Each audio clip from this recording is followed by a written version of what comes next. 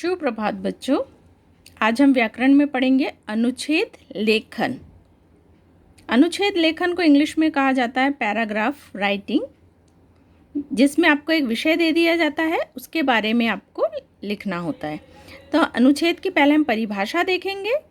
किसी एक भाव या विचार पर लिखा गया 8-10 पंक्तियों का आलेख अनुच्छेद कहलाता है। लिखते समय ध्यान रखने योग्य बातें, किस किस बातों का हमें या किन किन बातों का हमें ध्यान रखना चाहिए। पहला है अनुच्छेद लेखन एक ही अनुच्छेद में किया जाता है, मतलब एक ही पैराग्राफ में किया जाता है। निबंध की तरह अलग अलग अनुच्छेद नहीं बनाए जाते। निबंध में आपने देखा होगा अलग अलग पैराग्राफ, अलग अलग अनुच्छेद होते, ठीक है। एक पैराग्राफ एक अनुच्छेद कहलाता है।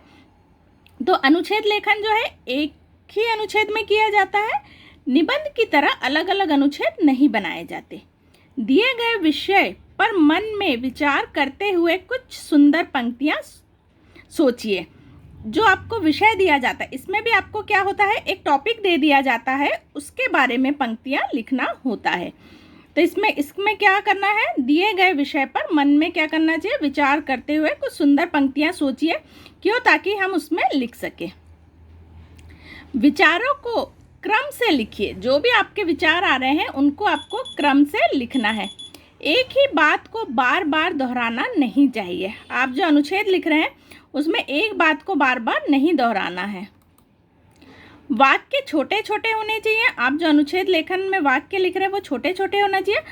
सरल शब्दों का प्रयोग करना चाहिए। सरल शब्दों का मतलब आसान शब्दों का, जिससे सबको समझ में आए कि आप अपने मन के भाव या विचार किस तरह से व्यक्त कर रहे हैं, आप क्या कहना चाहते हैं।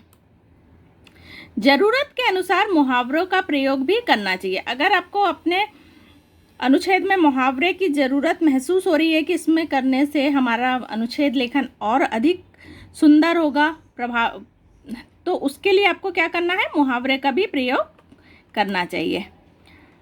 तो अभी हमने क्या देखा, अनुच्छेद किसे कहते हैं, अनुच्छेद लेखन में ध्यान रखने योग्य बातें, ठीक है। अनुच्छेद लेखन एक कला है जिससे बच्चों के लेखन कौशल का विकास होता है। लेखन कौशल का मतलब कि आपके मन के विचार आप कितना लिख सकते हैं, ठीक है। बेटा ऐसा नहीं होता है कि मैम ने आपको एक अनुच्छेद लिखा दिया वही पेपर में आएगा, नहीं। अनुच्छेद लेखन आपको खुद से लिखना बनना चाहिए कि आपके विचार, मन के विचार व्यक्त करते बनना चाहिए। इसीलिए अनुच्छेद लेखन क्या है, एक कला है जिससे बच्चों के लेखन कौशल का विकास होता है। अब हम देखेंगे अनुच्छेद एक। आगे देखेंगे, उदाहरण के लिए इस अनुच्छेद को पढ़िए और फिर स्वयं लिखने का अभ्यास कीजिए। अभ्यास मतलब आपको किसी दूसरे टॉपिक पे लिखने की प्रैक्टिस करनी है, ठीक है। इसमें जैसा आपको दिखाई दे रहा है राष्ट्रीय फूल, है ना। अनुच्छेद लेखन में आपको सिर्फ इतना दे दिया जाएगा कि भारत के राष्ट्रीय फूल या हमारे राष्ट्रीय फूल के विषय पे एक अनुच्छेद लेखन कीजिए। यह है आपका टॉपिक, राष्ट्रीय फूल, ठीक है। आप किस टाइप से लिख सकते हैं, ये उदाहरण दिया है आपको। भारत का राष्ट्रीय फूल कमल है। कमल का फूल कई रंगों का होता है, जैसे सफ़ेद, नीला, गुलाबी आदि। कमल के फूल की यह विशेषता है कि यह कीचड़ में पैदा होता है, फिर भी अपनी सुंदरता बनाए रखता है। कमल का फूल माँ लक्ष्मी को भी चढ़ाया जाता है। कमल के फूल के नीचे बड़े बड़े पत्ते होते हैं।